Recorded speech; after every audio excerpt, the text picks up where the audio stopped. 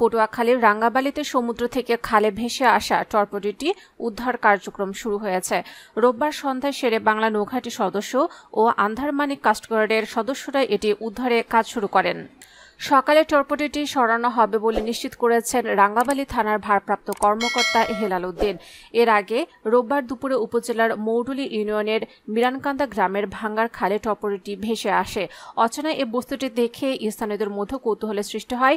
বস্তুটির দৈর্ঘ্য প্রায় ২৭ ফুট ও প্রস্থ ৩ ফুট। রাঙ্গাবালী থানার ওসি হেলাল উদ্দিন বলেন, বঙ্গোপসাগর থেকে বার্নাবাদে চ্যানেল হয়ে এই টর্পেডোটি ভাঙ্গার খালে প্রবেশ করে। বর্তমানে টর্পেডোটি পুলিশ পাহারায় রয়েছে। সন্ধ্যায় নৌবাহিনী ও কোস্টগার্ডের সদস্যরা এসে উদ্ধার কার্যক্রম শুরু করেছেন। সোমবার সকালে এটি খাল থেকে অপসারণ করা হবে। পটুয়াখালীর রাঙ্গাবালী উপজেলার মিরকান্দা গ্রামের ভাঙা খালে ভেসে আসা এই টর্পেডোটি একটি ডামি টর্পেডো বলে জানা গেছে। সাবমেরিনের প্রশিক্ষণ বা প্র্যাকটিস ড্রিল চলাকালীন সময়ে এ ধরনের ডামি টর্পেডো ব্যবহৃত হয়। এ নিয়ে ভয়ের কিছু নেই বা এটি বিস্ফোরক নয় বলে জানিয়েছে নৌবাহিনীর পায়রা বন্দর সংলগ্ন বানৌজা শেরে বাংলা নৌঘাটির একটি দল।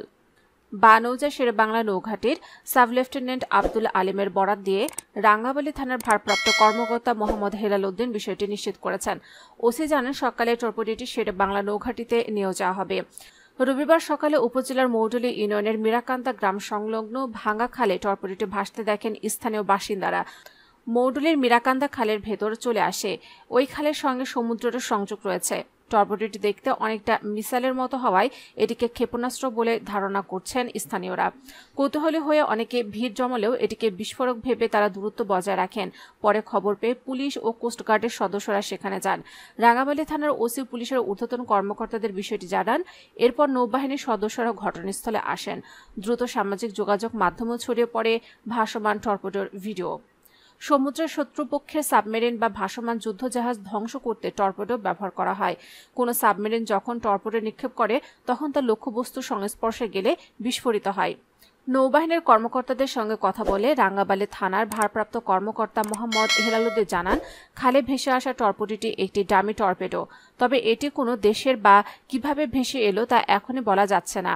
রাতে নৌবাহিনী, কোস্টগার্ড এবং পুলিশের যৌথ পাহারায় থাকবে বস্তুটি। পরে বিস্তারিত জানা যাবে।